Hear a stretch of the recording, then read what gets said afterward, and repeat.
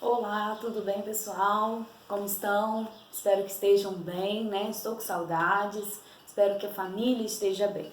Então, hoje nós vamos fazer o seguinte, eu fiz um vídeo e nós vamos fazer um vídeo assim, relembrando um pouco de tudo que nós vimos até hoje e vamos iniciar na nossa matéria nova, certo? Então vamos lá. Primeira coisa, relembrando, quero relembrar sobre o substantivo. Professora, o que é substantivo mesmo? Substantivo é aquela classe de palavra que nomeia seres, coisas, né, animais, assim por diante, que nomeia. Quando eu falo assim, ó, quadro, tô dando um nome, então é um substantivo. Lembrando ainda que o substantivo ele pode ser próprio e comum.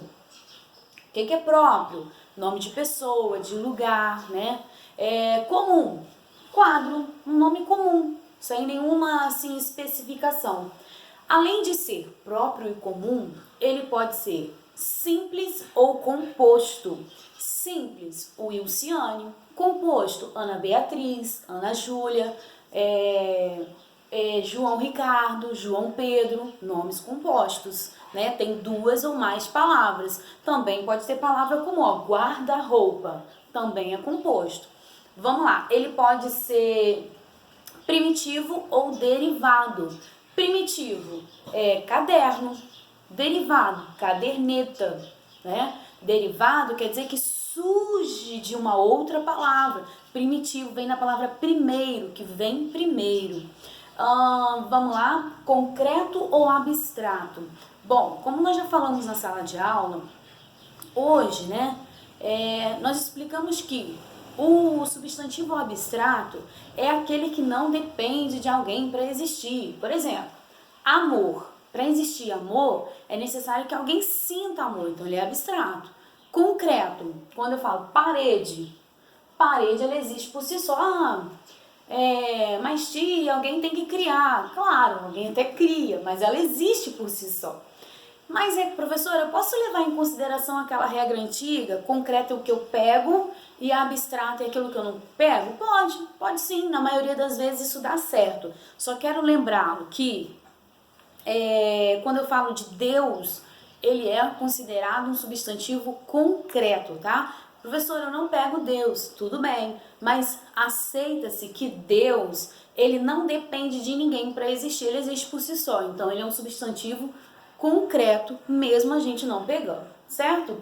Então vamos lá, falei do próprio, falei do comum, simples e composto, abstrato e concreto, primitivo derivado, coletivo.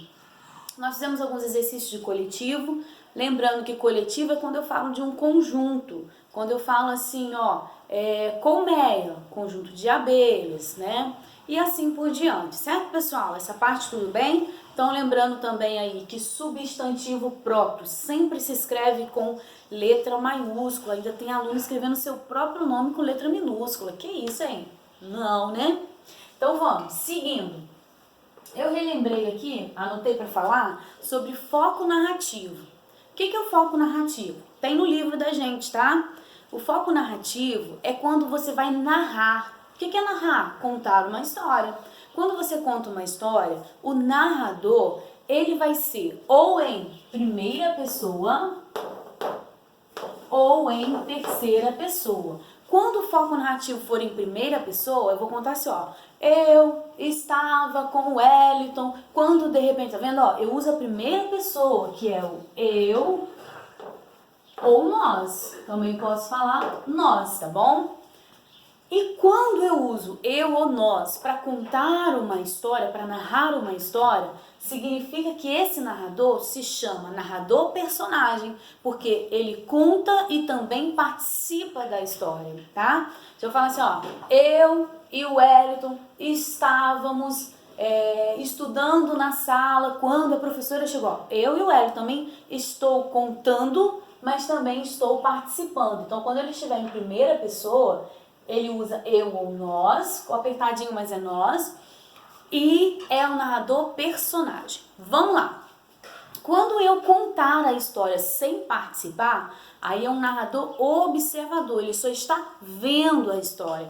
E aí ele vai estar em terceira pessoa, normalmente usa ele, ela, usa o nome de alguém, por exemplo, ó, O aluno passou por aqui, ó. O aluno, ele. Então é o narrador observador, ele só tá observando e contando, né? É aquele narrador fofoqueiro, tá olhando tudo acontecer para contar a história, certo? Isso é foco narrativo. Tipos de linguagem, vamos lá. Nós já falamos sobre linguagem formal e informal. A linguagem formal é aquela que está de acordo com as regras da língua portuguesa. Eu não vou falar assim, ó, você, não vou falar usando gíria, e aí? Não, essa não é a linguagem formal, essa é a linguagem informal. A linguagem informal, ela pode ser chamada de linguagem informal ou linguagem coloquial. É a mesma coisa, tá? Pode usar qualquer um dos dois nomes. E essa linguagem é aquela que você conversa sem preocupação, conversa com um amigo, com a sua mãe, com seu pai em casa, usa lá no WhatsApp, né? No WhatsApp tem gente que vai escrever o porquê, vai lá só usa o P e o quê. Isso é linguagem informal. E a linguagem formal? Por exemplo, você vai participar de uma reunião e vai falar com o prefeito, com a diretora, você vai usar a linguagem formal, que também tem o nome de linguagem culta, certo? Ainda sobre linguagem, nós sabemos que existe a linguagem verbal, não verbal e a linguagem mista. A linguagem verbal é aquela linguagem, por exemplo, olha o meu quadro. Ela se apropria, né? Ela tem aqui só a linguagem verbal, porque está usando o quê? Palavras. Quando se usa só palavras, é uma linguagem verbal. Quando ela usa só imagem, desenhos, é uma linguagem não verbal. E quando ela usa, deixa eu mostrar um exemplo aqui, ó. Eu não sei se vocês vão visualizar, né?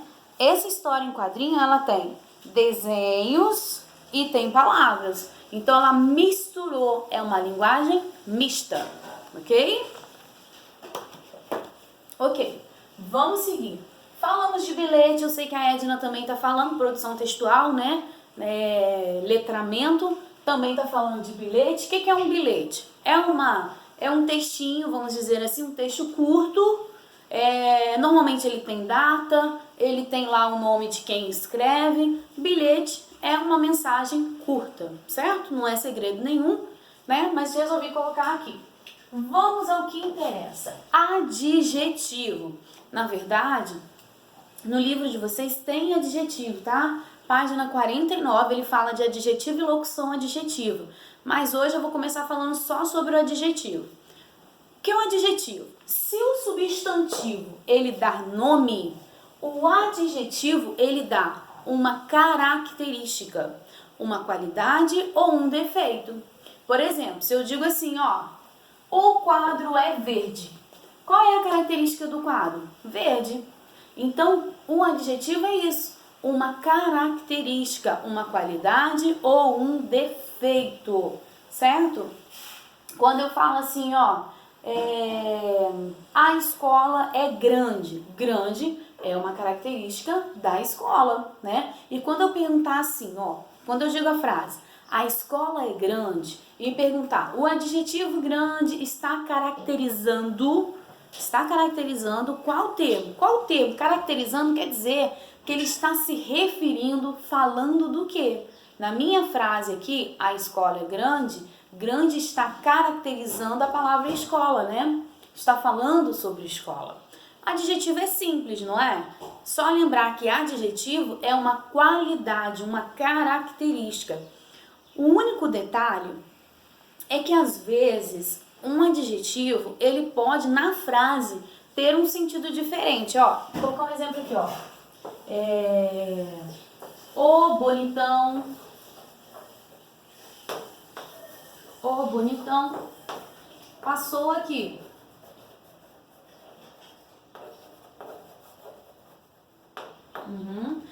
Teve até uma questão assim numa atividade, né, num teste de português que era de completar. Agora quando eu falo assim, ó, meu filho é bonitão. Observem bem que nas duas frases eu tenho a palavra bonitão. Só que na primeira, o bonitão passou aqui, ele está substituindo o nome de alguém. né? Como se eu falasse assim, ó, o Mateus passou aqui. Então, nessa primeira frase, por estar substituindo o nome de alguém, né? Ele aqui é um substantivo. Mas aqui não, ó. Meu filho é bonitão. Aqui ele tá dando uma qualidade, uma característica. Aqui é substantivo e aqui é adjetivo, tá?